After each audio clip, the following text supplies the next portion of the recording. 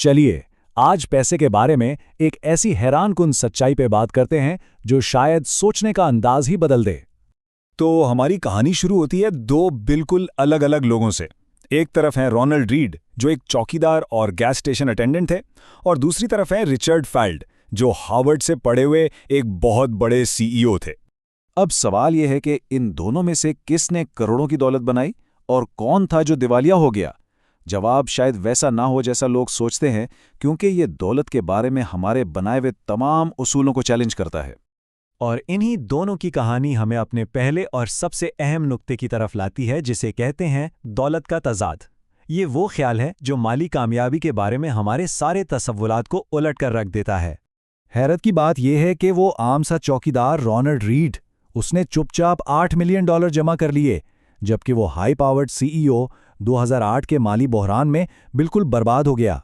इससे ये साबित होता है कि माली कामयाबी कोई रॉकेट साइंस नहीं, बल्कि ये एक सॉफ्ट स्किल है जहां रवैया जहानत से कहीं ज्यादा अहम है। तो सवाल ये पैदा होता है कि आखिर एक आम से चौकीदार ने ये सब किया कैसे। इसका राज एक ऐसी ताकत में छुपा है जिसे हम अक्सर नज़रअंदाज कर देते हैं, और वो है कंपाउंडिंग की ताकत। देखें, रोनाल्ड रीड को कोई जीनियस होने की ज़रूरत नहीं थी, उसे सिर्फ सब्र चाहिए था। उसने पूरे 42 साल तक लगातार सरमायाकारी की, बस वक्त को अपना काम करने दिया। यही तो कंपाउंडिंग का जादू है। इसकी सबसे बेहतरीन मिसाल वॉरेन बफेट हैं। जरा देखिए, उनकी 95% दौलत 65 साल की उम्र के बाद बनी है। तो राज सिर्फ एक बेहतरीन सरमायाकार होना नहीं है, बल्कि एक बहुत लंबे अरसे तक, लगभग 75 साल तक सरमायाकार बने रहना है। तो चलिए अब सिक्के का दूसरा रुख देखते हैं। अगर जहानत कामयाबी की जमानत नहीं, तो फिर इतने ज़हीन लोग नाकाम क्यों हो जाते हैं? अक्सर इसकी वजह लालच, हसद और अपनी हद से आगे बढ़ने की कोशिश होती है। इस सिलसिले में रजत गुप्ता की मिसाल लें, जो बिजनेस की दुनिया में बिल्कुल चोटी पर थे। इनके पास इतना पैसा था कि वो पूरी जिंदगी में खर्च नहीं कर सकते थे, लेकिन उनके लिए ये काफ़ी नहीं था। मसला ये था कि उनके लिए कॉफ़ी की कोई हद ही नहीं थी। ये और ज़्यादा की जो भूख होती है ना, ये इंसान को ऐसे खतरात मोल लेने पर मजबूर कर देती है जिनकी उसे बिल्कुल ज़रूरत नहीं होती। और अंजाम ये हुआ कि उन्हें इनसाइडर ट्रेडिंग के जुर्म में सज़ा हो गई। सोचें, उन्होंने इस पैसे के लिए अपनी साख, अपनी आज़ादी, सब कुछ दांव पर लगा दिया, जिसकी उन्हें ज़रूरत ही नहीं थी। यहाँ से सबक बिल्कुल वाज़ेह है। पैसे के खेल में सबसे मुश्किल स्किल ये सीखना है कि रुकना कब है।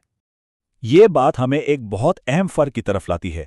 अमीर बनना एक अलग चीज़ है, और अमीर रहना वो बिल्कुल एक दूसरा खेल है। अमीर बनने के लिए आपको रिस्क लेना पड़ता है, पुरुमीद रहना पड़ता है, लेकिन अमीर रहने के लिए आपको आजिज़ी की ज़रूरत होती है, और इस खौफ की कि जो कुछ भी कमाया है वो छिन भी सकता है। ये दोनों बिल्कुल मुख्तलिफ सोच के तरीके हैं। अमीर रहने में एक बहुत बड़ा नफ्सियाती जाल है, जिसे कार में आदमी का तज़ाद कहते हैं। मतलब, जब हम किसी को एक महंगी गाड़ी में देखते हैं तो हम ये नहीं सोचते कि वाह ये बंदा कितना कूल है, बल्कि हम सोचते हैं काश ये गाड़ी मेरे पास होती तो लोग मुझे कूल समझते। यही वो समाजी मुवाजना है जो हमें गलत फैसले लेने पर उकसाता है। असल में दौलत जमा करने का फॉर्मूला बहुत सादा सा है, ये रवैये पर मुनहसर है। देखिए, दौलत वो पैसा है जो आपकी आमदनी में से आपकी ईगो यानी कि अना निकालने के बाद बचाता है। तो अगर मकसद अरबपति बनना या महंगी गाड़ियां लेना नहीं है, तो फिर दौलत जमा करने का असल मकसद क्या है? असल में दौलत की सबसे आला शक्ल ये सलाहियत है कि हर सुबह उठकर ये कहा जा सके, आज मैं वो कर सकता हूं जो मैं करना चाहता हूं। मतलब, असल मकसद ज्यादा चीजें नहीं, बल्कि अपने वक्त पर मुकम्मल कंट्रोल हासिल करना है। और यही वो चीज थी जो रोनाल्ड रीड ने समझी थी। असली दौलत वो नहीं जो नजर आती है।